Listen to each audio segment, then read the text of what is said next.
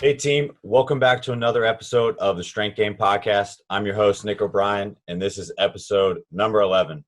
The Strength Game is a weekly podcast dedicated to discussing all things physical culture with the coaches, athletes, iron enthusiasts, and experts deeply embedded in the profession, both as coaches and as competitive athletes. I want to thank those of you who have liked, shared, and commented. Your support allows us to continue to bring on expert guests and highlight those involved in the strength game, just like our guest today. I also want to thank our sponsor, Cerberus Strength. Cerberus is an organization that truly puts the athlete first and is actively working towards providing the best quality gear at an affordable price. Owned and operated by active lifters, Cerberus has quickly evolved into a global brand, symbolizing quality and trust. Their ever-growing product range is used by top athletes around the world at the highest level competition. And every single Cerberus Strength product has been designed with performance in mind, with the highest attention to detail.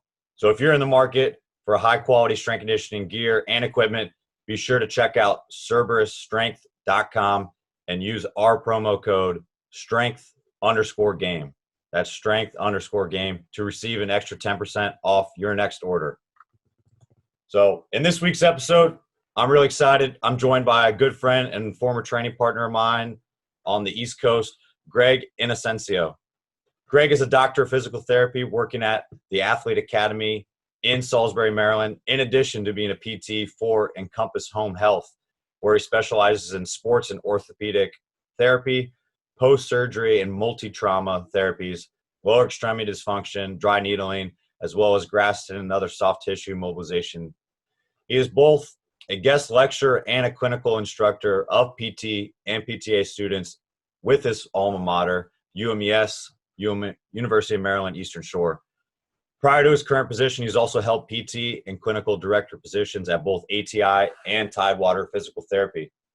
In addition to all this and his physical therapy work, Gregg has been heavily involved in strongman, where he has competed and trained for nearly a decade.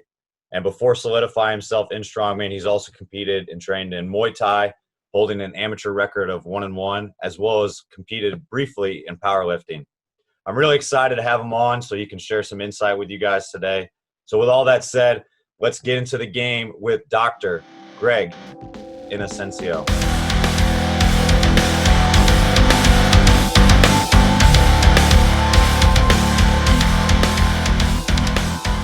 What's going on, everybody? Welcome back. I'm excited. I'm joined by my former training partner and Maryland resident, Gregg Inocencio. He is a physical therapist working at Athlete Academy in Salisbury, Maryland, as well as a PT for Encompass Home Health. He's been competing in strongman for almost a decade and also has some previous experience in Muay Thai and powerlifting. Hey, I'm excited to have you on the show, man. Thanks for coming on today. Thanks for having me. Hey, so I want to jump right into it.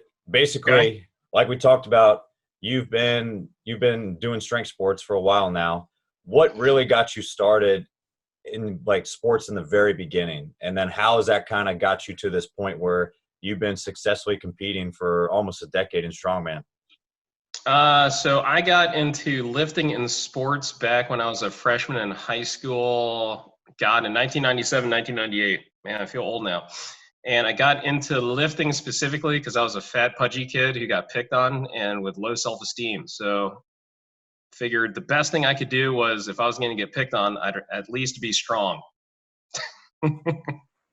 Usually that's a good start. That always it's a good equalizer. Yes. So I played, 3 years of football, a couple years of lacrosse as a goalie getting shot at. And then I didn't do anything necessarily in college. After college, I did Muay Thai for a little over 2 years, mainly because for some reason, when you're a bigger guy in a bar, people want to start stuff for some reason. So I figured probably need to learn how to defend myself. And then I did that, competed in a couple fights, then went to PT. Hey, Gregg, you muted yourself. Couldn't find any place to do Muay Thai. So here on the Eastern Shore, there's no Muay Thai specific schools. So I was watching an episode of Barbecue Pit Masters, and they had something at the Diamond State Championships in Delaware. So my wife asked me to go look up this thing so that we can get some barbecue. And then the day of that competition was the same day as the second annual Delaware Strongest Man. And my wife's like, why don't you do that? You got nothing else to do. I was like, okay. And that's how I got into strongman. It was from Barbecue Pitmasters. Hey, that's perfect though, because now you're basically a barbecue pitmaster. I've seen all the posts you've been doing, and you're throwing meat on the grill every night. Yes. Yeah. It's a new hobby. Ever since COVID, I've needed a new hobby, and well, barbecue is that now. It all comes full circle. That's pretty cool. Yes. Hey, so like I know you got into strongman that way. How's the training been a little bit different compared to what you were doing preparing for Muay Thai or powerlifting? Like, how's it kind of evolved from even when you first started strongman to now being in it almost 10 years? Like, how's your training kind of gone through the stages? So when I was doing Muay Thai, it was more higher reps for muscular endurance. There was a lot of conditioning, that C word that I personally hate, because what big guy likes to do conditioning, right? And a lot of focus on flexibility and explosiveness, because if you needed to throw a really good liver kick, you needed to really turn the hips, throw your leg like a baseball bat, pow, right in the liver. Or if you're gonna do some clinch knees, or if you needed to work the Thai clinch or get out of it, you needed to work on your body and mechanics like that. So it was a lot more of body weight stuff, positioning, using your bony structure. And then strongman, it was more so brute strength, but with technique. Thanks, Andy Deck. You can't brute strength everything. So Andy was the guy that kind of got me, squared away for my first competition. And we became friends after that. But he was very much technique oriented, because you can't really brute strength up a log or an atlas stone without hurting yourself, especially an axle. So technique first, brute strength after, learn to use them both. So in the beginning, when I first got started, I was 26. So I didn't hurt as much. My body didn't hurt as bad. So I could do a little bit more days, higher volume, things like that. Now that I'm in my mid 30s, almost late 30s with 2 kids, it's more of an RPE, really honing in on pick one primary lift, hammer the assistance, and then work on recovery. I also need to lose weight, which sucks, but whatever. Yeah, that's that C word again, that good old conditioning. COVID and not being able to get out. I really liked chicken nuggets because that's what my kids like. So, whatever. I hear you. I like though that transition. I think RPE based training, like since I've been going in my career too, has been helpful, because I think in the beginning it's easy to blast through, and like you said, brute strength and forgetting about technique when you're in your first few years is great until you get hurt. And if you want to keep going for 10 years like you've been doing now, you've got to make changes, and you got to know that like one day, if you're not going to hit 80%, you're going to hit an RPE instead. And that's modified based off what you feel that day. You're going to hit 80% of that day. Exactly. But you're not going to hit 80%. So another thing also is with powerlifting, you're just going off of your 1 rep max on everything, and you can do percentages. But with strongman, whether the event is max reps or hold for max time, or if you're trying to go for speed, or you're going for that one rep max, percentages, I think, don't translate as well. I think if you go with a kind of like a wave pattern of RPEs and then ramping up with RPE rather than percentages, that's probably how my body is held together for as long as it has. I like that. So then, like getting into like physical therapy and everything, was strongman one of the reasons why that kind of like piqued your interest or pushed you towards that career, or was that kind of in the cards for you before you even started strength sports? Oh no. So I got into strongman after I got into PT school. So I was already in PT school. What actually first got me into lifting weights, a lot of guys will probably admit to this, is reading Flex magazines and whatnot. And then you realize that half the time you're getting the wrong attention from training from the Flex magazine. So, but strongman, I think it interested me more than powerlifting, mainly because, I hate to say this for all the powerlifters listening, I find powerlifting a little bit boring. I've done one meet back in 2016, and social media does a really great job of making it seem more exciting than what it is. But it's kind of boring. I'm sorry, guys. Strongman, you have 5 or 6 events. You know that you're going to get a press. You know that you're going to get a carry. You know that you're going to get some sort of load. You're going to get some sort of deadlift, and then something else like a Atlas stone or sandbag throw or whatever the case may be. So it's not only you have to be really strong, you can't fake it. There's a spectacle portion of it. Like, there's one thing from deadlifting some calibrated plates, I get that. But doing like a really heavy Hummer tire deadlift, it just looks cooler. Or doing a car deadlift, my favorite thing, just looks a whole lot cooler. Doing a car carry, coolest looking thing I've ever done in my life. Fred Flintstoning a car, that was fun. But powerlifting at squat, bench, deadlift, you're done. Three attempts each. Yeah, that's the one event that I'm really jealous that I haven't got to do yet. And I forget the place in Maryland that has it, that's always in the competition with that orange buggy. So that car was owned by Barry Von Perkins out of the Edge in Virginia.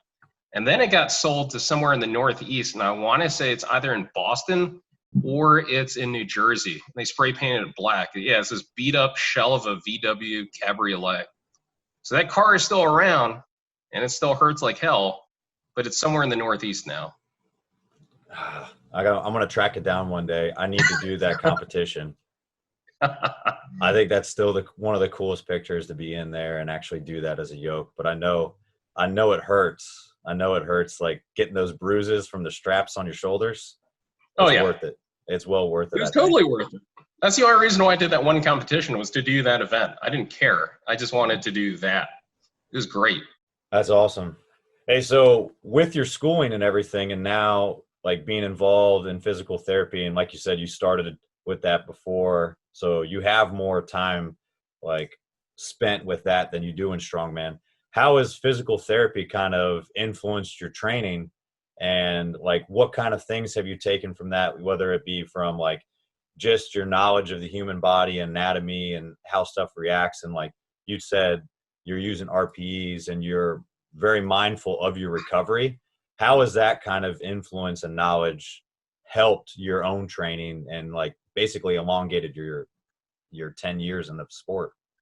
All right. So like, for example, like if you remember the first time you've ever done a reasonably heavy yoke for you, like I look like fucking Bambi, right? Just all over the place. So with physical therapy and going through the really in-depth anatomy and physiology, and then you have your kine stuff, and then you're really looking at muscle actions, innervation, things like that. Like, you can see why your body is moving the way that it is, whether it's something from a foot ankle perspective, a hip perspective. Why is my knee going into valgus or caving in? Why is my shoulder unstable? So you're able to see different dysfunctional movement patterns, and I see a lot of it in myself because, I'm beat up now. And I can tell you why that it's happening, and then it's just a matter of me or the patient or whomever is asking me to do the necessary corrective exercises and the correct corrective exercises to remedy the issue. If you don't shore up those little things, it's like a grain of sand in the bucket. You get too many of the little things, and it's going to be a big problem in the end. Knowing from a biomechanical standpoint of the way things are supposed to look or the way that they're supposed to feel. Like, for example, if you are not properly loading your glutes and hamstrings on a conventional deadlift, I can see that in the form. I can see what's happening. I can pretty much tell you what's happening. I can verbalize it to the patient or to myself, walk them through the correct form or walk myself through the correct form. Make sure that the musculature or the prime movers that are supposed to be taking the load do take the load, and then you do it correctly, and then you reinforce that. So pretty much not only is it for proper preparation of movement, but also if you get jacked up and you get hurt, there are different ways to either A, work around that injury or state of being hurt, or B, doing the exercise to shore it up so that you recover properly. That's awesome. It's like a cheat code because you know Game so genie. oh Game yeah. genie. You know so much about it. So like when you actually go into it, you know that, hey, these are the corrections I need to make. These are the things that these are my limiting factors, or these are my compensation patterns. So you know specifically how to address those things yourself. And I know you take the time to make sure that those things are your center of focus at that moment.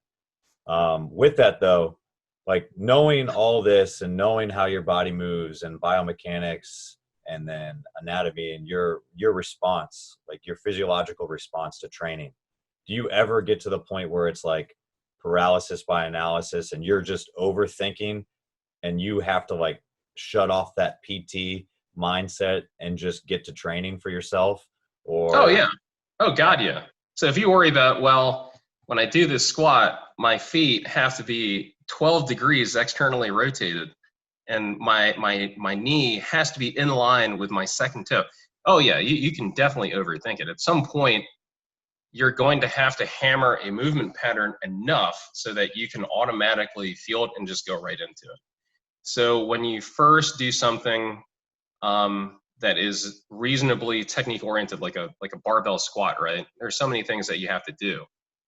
Hips back, bend the knees, load the hamstrings, eccentrically load the quadriceps, make sure that you're rooting your big toe and your, first met head into the ground, create an arch. It's okay to pronate because pronation of the foot, accepts load. When you push up, you have to supinate the foot because that's what makes the foot rigid, and it gives you a good base to push off of, and you have all this stuff that you have to worry about. Oh, and you keep your lats tight, right? At some point, it should become automatic enough where you go and do it, but if there is some sort of disturbance to the norm, you have to know that something's not quite right. And then you video yourself. If you're able to analyze it yourself, then you pick it apart, or you can send it to like me or someone who's good at taking a look at squat technique, and then you just go from there. But at some point, it should be automatic to the point where you're able to maybe notice little nuances that are not quite right. Maybe you slept funny and you have a tight psoas and it's affecting, you're torsioning a little bit in your squat on the descent, or, whatever, is a long car ride, like a 12-hour car ride from Maryland to Detroit, Michigan for 2017 Nationals, then you have to do something. So there are different, circumstances that, all right, this is why it happened. What can I do to remedy it? And then just remedy it. nice. You like skip the middleman, since you normally would go, if I was in your shoes, I'd have to go to a PT. So being a PT yourself, you're good to go. There are certain things that, like, on myself that I like having another pair of eyes. It's because obviously if it's about me, I'm going to be a little bit biased. So like I'll ask Andy Deck, or I'll ask Danny Overcash, or no, Danny LaMartina, because she's married now. Those guys at Elite FTS, like those are people that I would trust from a PT perspective. Also other PTs locally around here that I would trust. Just something like that in terms of maybe I just need a second pair of eyes. Gotcha. Cool. Hey, let's flip it on its head though too. Like, since you do have an extensive background and you're still competing and you're still training yourself, which is awesome, how, like, considering your background, does that influence what you do in a rehab setting with your clients or with some of the athletes you're working with, or are those kind of separate? Oh, no. So in terms of working with athletes or people that have athletic backgrounds, so I actually get a little bit more buy-in because at least around here, like I don't know about, the listeners where they're from, but around here, there are a lot of PTs that may not have an athletic background specifically. So a lot of people that I'm their second or third time with PT, they'll always say like, well, my old PT just said to stop doing it, stop training, and then give it a rest and do this. Or their doctor said, give it 2 weeks, don't do anything for 2 weeks, and then come back, we'll reassess. So because they know, they've heard that I do strength related stuff and strongman, like I've jacked up my body a handful of times. Like I've hurt myself many times, and there are ways to train around it. There are ways to, still train. If it's a lower extremity injury, you can still train your upper body. You can still train the non-affected side. You can still train the affected side, but just, you have to really think about it first. So because you know what it's like to train and what it's like to be hurt, and you know what it's like to still compete, maybe not at 100%, you get that buy-in from that athlete because they've probably done it too. In terms of strongman stuff and patience, I've actually brought my Cerberus triple ply sandbags from home to the clinic, a clinic that I used to work at. It was a workman's comp patient. He had to be able to lift from floor to shoulder 100 pounds. So guess what? We didn't have anything 100 pounds in the clinic, so I had to bring my Cerberus sandbag. We went floor to shoulder, and then we did front carries with it because he worked in a metal shop. He was like doing fabrication and everything. So yeah, I've had people drag me on the floor. I've had firefighters drag me on the floor. So that's like a chain drag. Let's see, what else? I've had to be moved around EMT wise. I've actually brought my prowler in and done it outside in the asphalt for athletes because a sled wasn't available in the clinic. No logs or axles yet, but I've actually used a Gripito grip strengthening thing for baseball athletes as well. That's cool. That's I like how you start incorporating those things, and especially for some of the tactical or like the military or the firefighters and stuff, you incorporate a lot of those strongman movements into there, whether it be different implements, even you in lieu of chains and a prowler and like even sandbags. That's cool to start to see, because I think that helps not only athletes, but it helps just general population. Those are things that they're going to do, whether it's like picking up like tote bags in the garage or groceries or whatever those things are. At some point, you're going to have to lift something off the ground. Exactly. And if it's heavy enough where a golf pickup can't do it, at some point you're going to have to learn how to either squat or hip hinge. And it's either going to be a two-handed front carry or it's going to be a suitcase carry like bags of groceries. At some point, something like that has to happen. So you have to be able to add that stimulus to a patient so that when they experience it in the real world, like at home with activities of daily living, that their body and mind are prepared for it. You don't want it to just be like, oh, all of a sudden this is new and it's not PT, it's at home, when PT should have prepared it for them. That's you hit the nail on the head. That's an awesome statement to basically say, hey, there's a reason why most people are in PT, and it's because they weren't prepared for something, or there was an accident that got them. Their body was not prepared for the load that they were supposed to have. Right. That they chose to engage. The tissue or their body just wasn't prepared for what they were going to do. I mean, that's essentially what injury is. Yeah, and well, it's a testament to what you're doing, because I know from experience and from a lot of other people that the majority of physical therapy clinics, all they do is treat the injury and get you back to normal rather than prepare you for why you actually got injured, so that if you ever come across that situation again, or if you're an athlete and you want to return to play, you're more prepared than you were previously when you did get injured, rather than just back to baseline. And I know that what you do with your athletes and clientele is to make sure that they're better than they were before they were injured. Yeah, because ideally, in a perfect world, I don't want to see them again. Like they should not have to see me again. So we get them as good as we can and prepared so that, if they are put in the situation that they were hurt in before, that they won't get hurt.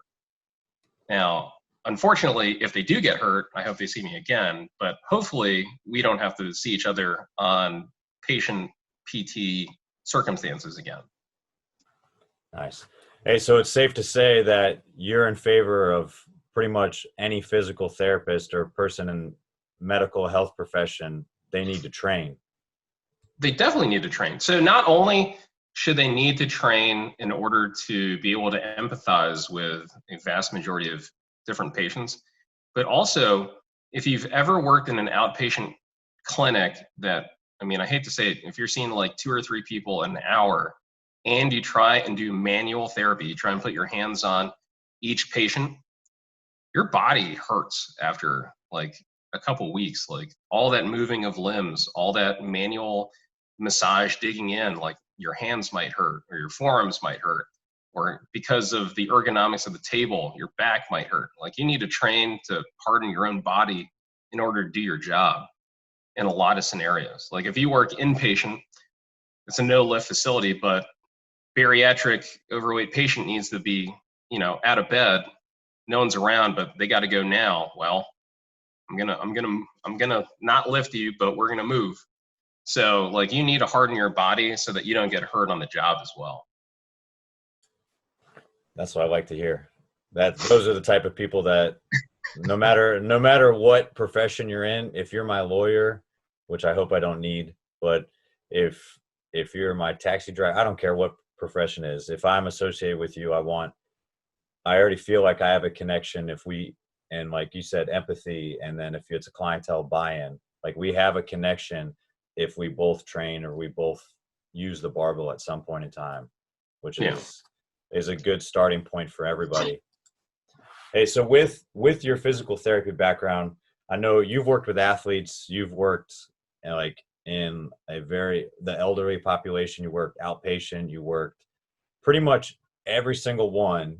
And I know you're getting closer and you're in a good position now where you're at.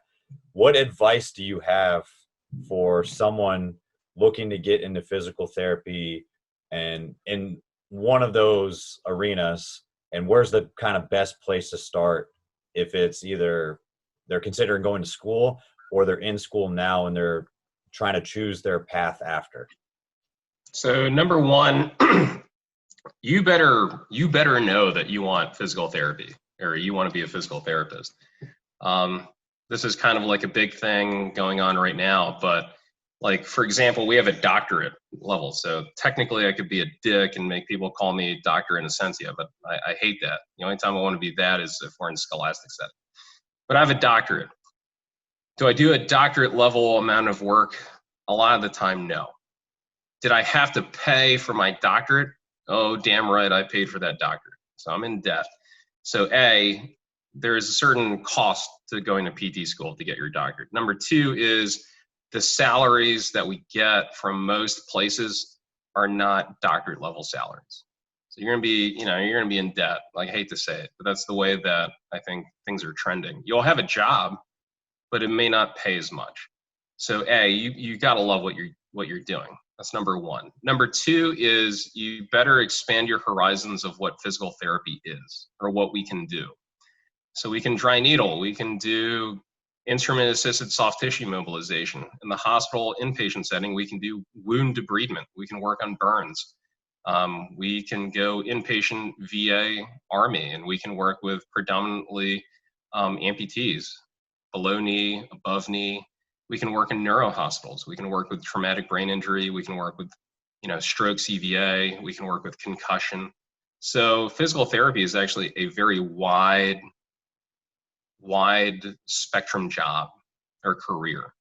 So if your only experience is outpatient PT and your PT was like, all right, let's do some bridges. All right, let's do some straight leg raises. And you think it's a cake job because that's all you saw. It's a rude awakening, especially with the way that the profession is going. So you better be really sure that you love working with people and you love helping people achieve some sort of physical goal. And B, you got to be dedicated to the career path. That's cool. I haven't like since I'm not in the PT world, I don't even know about like all those different avenues. Obviously, like you hear about the military population or Mhm. outpatient or hospital setting or athletics, but I know you're certified and you're always on top of continuing education. Like you said, like I know you're Graston certified, dry needling, and a lot of other acronyms that I don't know what they mean, but it just means that you're continuing to learn and always grow. And that's a great point, regardless of whatever profession you're in, or if you're only doing sports and athletics, to always make sure that you're pushing the envelope and you're making sure that every day you're getting a little bit better. So that's great. It's a great point to hear. And I know anybody interested in physical therapy can take those things to heart, because I know if you don't like people and you're not dedicated to the profession, then you're going to be in depth and looking for a new job. Oh yeah. Oh God. Yeah. That would be the worst.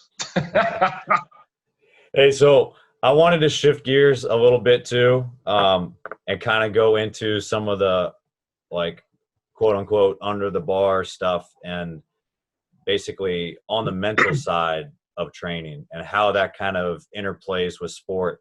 And I know you've been outspoken in the past, and we've had discussions candidly about like how mental health, anxiety, depression, and some of those things kind of like creep into your life.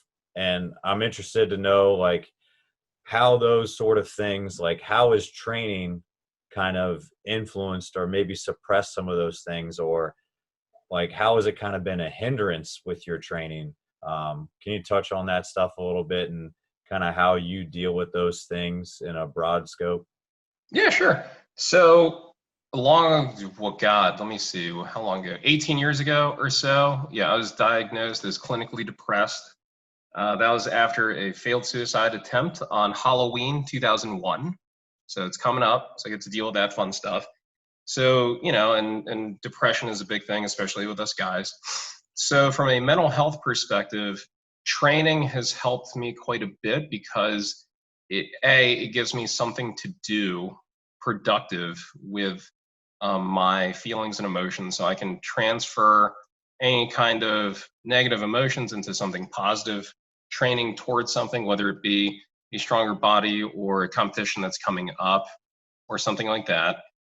Two is there's something to be said about physical durability and endurance and inflicting and enduring physical pain while training to kind of help with the mental pain and suffering that you may be feeling, whether it's self-inflicted or something like that. So it kind of gives a little bit of an outlet that way. Training and lifting has helped me quite a bit just to help manifest feelings in some sort of art form. Like lifting and strength training is, yeah, it's a science from a kinesiology, biology perspective, but strength is an art too. So, for a long time, strength sports has been my art. So sport is art. That's how I, decided to express myself a while back. But also, I would say probably growing up, I maybe talked to one person from middle school. I might talk to two people still from high school. I might talk to one person from college. The majority of my best friends, like best friends, have come from the strength community. So there's something about a bond between a lot of the competitors that you meet in competitions, nationals, stuff like that, and they somehow become like a really good support system as well. So that's something that I'm really thankful for. Anything else? I No, think that's I went off awesome. on a tangent. No, no, no. By all means, man. I want to hear that stuff, and Yeah. like I'll echo the same thing. I think that's a big reason why a lot of people get into strength sports. Like most people aren't looking for the trophies and everything. They're looking for a community, and they're looking for a collective of people that are going through the same things or think along the same lines. And there is kind of a love-hate relationship that you have on yourself with it. But I think the product that comes out of that hard work and and the sacrifice and the pain that you get from it, it supersedes everything. It's a huge benefit. Oh And yeah. and sharing that with someone else, or even like, I mean, we talk about training all the time and we're 3,000 miles apart. And like me hearing how you train and you hearing how me train, or just us seeing videos of each other, like I know personally that that gets me excited, and that it gets me excited to talk to you about how you're feeling with it, or talk about your goals and your accomplishments and things like that. And I don't think you get that a lot of times, like past like high school sports, if you're not No, involved in anything. and another thing also is like fighting, like Muay Thai, and then strongman specifically. I gravitated more, like looking back with football and lacrosse. Like I was not a very good team player. Like, you know, I might have made my block on the offensive line, but someone else missed theirs, and that's why we lost the game or something. So in strongman and in combat sports, if you lost, it's because you lost and the other person was better, or the competition is better. You can't blame anyone other than you in an individual sport. Like that's something that I very much appreciate. So it's like if I came in fourth place in a competition, it's because three other people were better than me that day, and I can live with that. I'm okay with that. However, in terms of like, you know, strength and lifting and all of that, like there is like the other kind of weird side about it, I would say. So there's always two sides of a coin. You know, in terms of mental health, sometimes like I know a lot of guys that I've talked to where it's tough to talk about feelings and it's tough to talk about mental health. We do the lifting and we do training and we do competitions because we don't know how to handle things mentally. So we need a physical outlet to kind of help sense out our emotions. But a lot of times I've found that from the outside looking in, from just people on the internet or people in the community, if you are big and strong on the outside, a lot of people automatically think that you're big and strong on the inside. And I actually tried to get big and strong on the outside because I was weak and frail on the inside. So I tried to build up such a big physical barrier to take stuff away from me not knowing how to process emotions. Like growing up in an Asian family where if you got bad grades, you got your ass beat, like stuff like that. And then old school dad couldn't talk about feelings. So you need an outlet somewhere. So a lot of times people on the outside is like, oh, you know, Nick, big and strong, man. It's like, he's got to be like hard ass. And then you're petting kittens or something on the inside. So it's kind of like there's this weird duality where the two mentally and physically don't necessarily match. And that's where I think some guys in the strength community end up finding themselves. Like that's just the way that they have to express themselves. Otherwise, it explodes somewhere else. So we have to empty our buckets, our proverbial buckets, before they overflow in a negative outcome. We'll put it that way. No, I really like how you put that together. I think I completely agree. And a lot of the people that I know you and me have either competed against or trained with, I mean, both of us personally, I know when I first started, that was a good way to kind of suppress things a little bit, was to have an exterior armor that kind of shielded how I felt inside, and be able to share that with someone else that predominantly a lot of people are feeling that exact same way, where, hey, if I fix the outside, maybe the inside will feel better. But in reality, it's two people that are trying to fix the inside and outside are able to share what they're feeling inside. And that's really what's fixing it. I like, that's why I like coaching too, like being around when training, like having conversations with athletes. That's not all about, hey, how'd you do on the field or your performance, like being able to just be in the weight room and not even do anything. I think those are where, like you said, those bonds are made, and where we have deeper relationships with people because we both are either going through the same thing inside, and then we're putting ourselves through the same thing through our training on the outside. So Oh yeah. So whether you're a coach or you're a physical therapist, or if you are someone who's looked up to, the hardest thing that you can do, from a macro level is to change the world.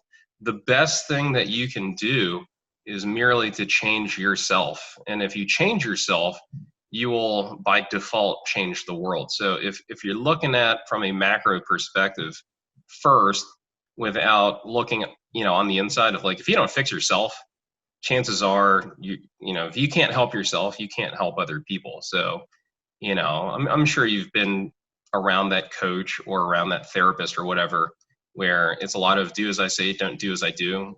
They talk the talk, but they don't walk the walk. If you can't take care of yourself, then what are you doing trying to tell me?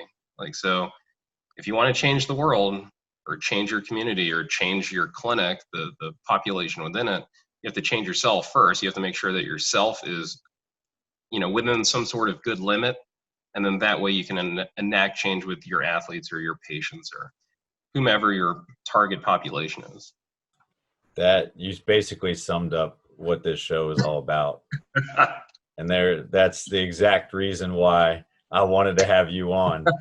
For those reasons, I mean, you said I don't think I can say it any better. You got to walk the walk, and oh yeah, and you have to make sure that you're focusing on yourself so that you can actually benefit others. If you're in a world of hurt, then you're not going to impart anything on anybody else, and you're probably doing more detriment damage. Yeah, you're going to probably end up doing a disservice in the end. If not now, you'll probably do a disservice later. Exactly. Hey, so we end the show here like a good training session. I'm not going to call it the C word. It's not conditioning. It's a finisher. Okay. All right. So we got 4 quarters, 4 questions. All right. We'll go rapid fire if you want to, or if you want to expand on anything, take your time. No, go for it. All right, here we go. Hey, biggest influence in physical therapy and biggest influence in strongman.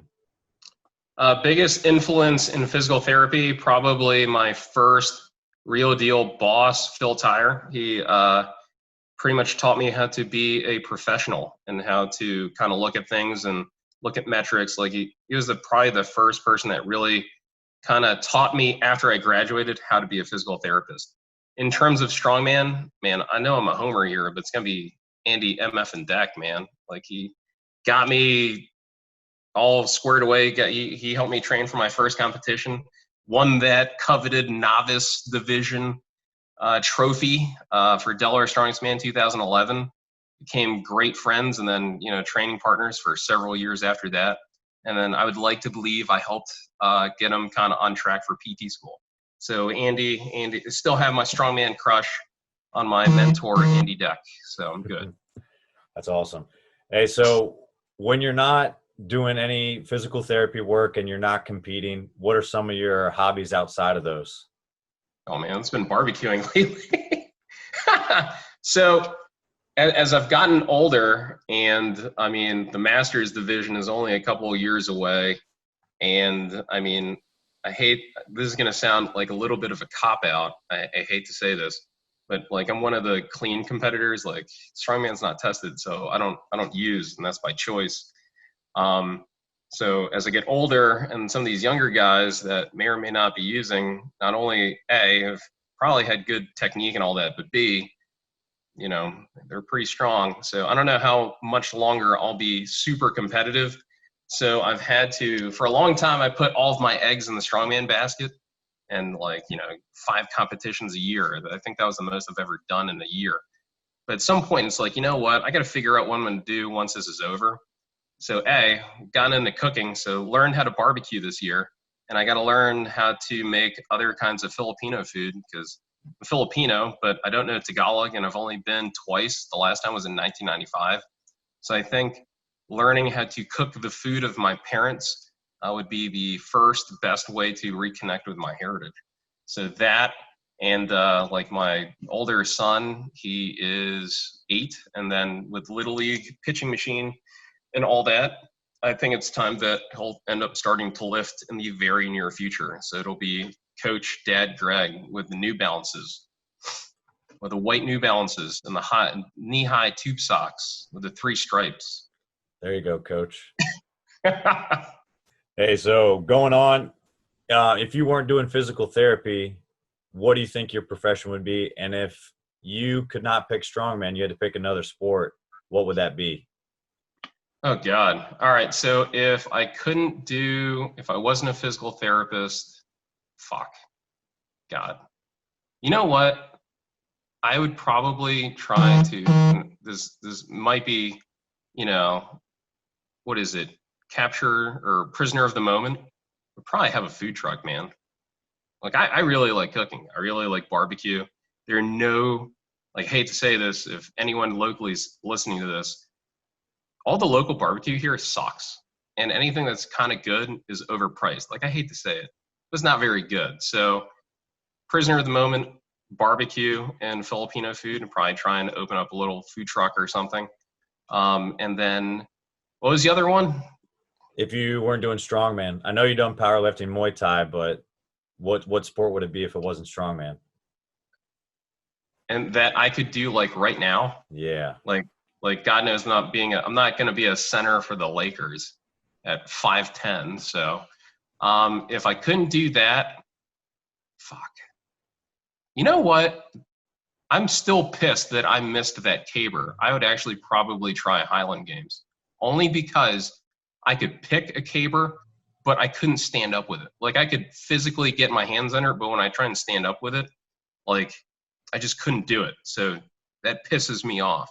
So it would have to be Highland Games just to get revenge on a caber. You got to come out to California. I'll have you turn my caber. Oh, God. Oh, yes. That's what I like to hear. All right. For those that don't know you well, like this one's going to be a doozy. So, all right, this is your ideal training day. What's your go-to PR music or song, and what's your post-training meal? So what I usually train, if you guys follow me on Instagram, it's usually either some form of John Denver, Celine Dion, Disney music, or I've been on a Rick Astley, Never Gonna Give You Up bender. And, I've actually gotten into like video game music, like metal renditions of video game music. But if I had to pick a PR song, because it was my last PR, 810 deadlift with a belt, was When Doves Cry by Prince. Like, that's what I hit my last significant PR to, is When Doves Cry, Prince. Either that or Never Gonna Give You Up by Rick Astley. Those are the two. And then what are you eating after that? What's the go-to meal after that big deadlift? Meat and rice. I don't even care what the meat is, but it's gonna be with rice because I'm Asian. That works. Hey, so last one, overtime here. So Okay. Favorite or most memorable competition or training session? What's your favorite memory or competition? Favorite competition. I would say the first time I won Maryland's Strongest Man. So I was a middleweight. I thought I did relatively well. No one knew who the hell I was. And there were a couple guys that actually had won it before and had competed at nationals. So it was one of those times where I was a relative unknown. And Andy had gotten me really well prepared for it. And when I hit the state record circus dumbbell for 231s at 190 at the time, people were like, who the hell is this guy? So that was great. So yeah, that was winning Maryland's Strongest Man 2013 middleweight would probably be the most memorable. So it was my first state championship. My most memorable training, gosh, I would say off the top of my head, it would either have to be going to brute strength for the first time in Norfolk, Virginia Beach, or when I was still going to Iron Strong and I was prepping for a competition for a truck pull. The owners got a bobtailed semi for us to pull. So we got that ready. So yeah, I actually got to pull a legitimate truck in training. That's awesome. Yeah, those are those are great ones to have kind of in your belt. That's a 190 circus dumbbells. Pretty damn impressive. Well, not anymore. Yeah, It's kind of weak sauce now. At the time, it was great. A little weak sauce now. But I mean, like, other things like out-repping the field and card deadlift and a bunch of other competitions, because card deadlift's my favorite. Stuff like that. But those would probably be the things that come to. Oh, yeah. But also the car carry. Coolest looking thing in the world. Yeah. I'm still And then jealous. and then I would say from Andy's perspective, the first time I've ever gone full potato in a competition was max reps car squat. It was the first time I'd ever like truly gone like potato on an event. Max squat or max reps car squat, Maryland Strong's Man 2015. Car squat. Ugh. You got to go full potato at least once. Oh yeah, that was the first time 5 years ago. That's awesome. Hey, well, I really appreciate you coming on today, Dr. Gregg. And, Doctor.